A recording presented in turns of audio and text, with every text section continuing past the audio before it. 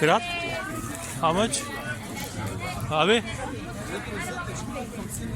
How much? 150. 150.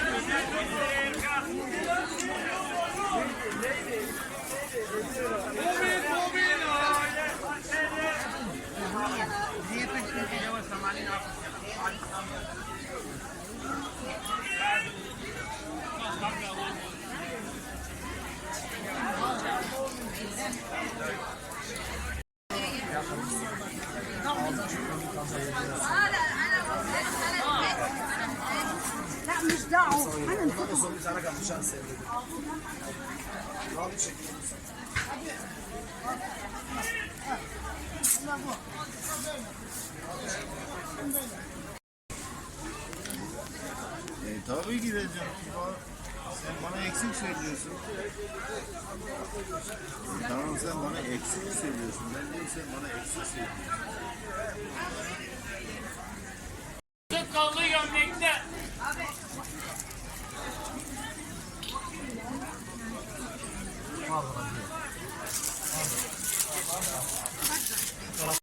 So, what's the name of this bazaar?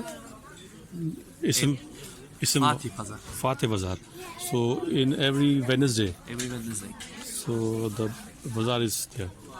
Big Pazar, good. Okay. Thank you.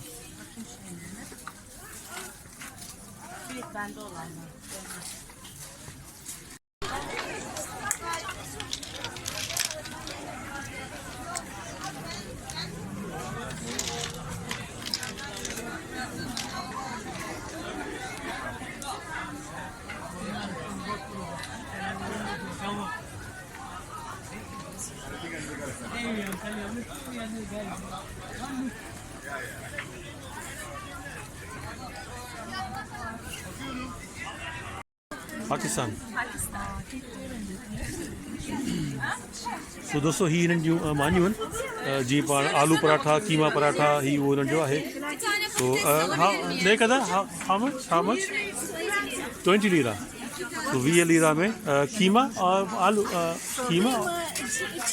Keema cheese okay chemo जो आहे चीज़ जो आहे ॿियो वरी पालक जो स्पेनिश माना पालक जो 20 लीरा में चङी शइ मिली थी वञे फर्स्ट क्लास तो ही आहे दोस्तों ही आहे बकवाला तकरीबन मूंखे मिलियो आहे 15 लीरा में okay and what is this This different dessert. I don't know. Dessert. Yeah. Okay, just like cake, huh? Cake. Just like cake. Okay. Inside there is cream. Okay. And what is this? This is what? बकवाला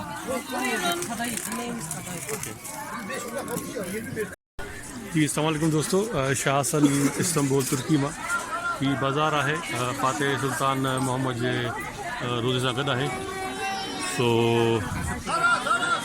हर अरबा ते हिते लॻंदी आहे ऐं तमामु आलीशान कपिड़ा जूता सस्ते अघ में तव्हांखे हिते फस्ट क्लास मिलंदा तो जॾहिं इस्तांबुल अचो त फातिह मोहम्मद ही अक्सरे जे भरिसां आहे अक्सरे जेका मेट्रो स्टेशन आहे उन खां तक़रीबन 15-16 मिंटनि जे वॉक ते ही बाज़ार आहे ऐं हिते भरिसां फातिह सुल्तान जंहिं यानी ही फतह कयो इस्तांबुल कुस्तुनतुनिया फतह कयो ही उनजी दरगाह सां गॾु बाज़ार आहे ज़रूरु अचिजो।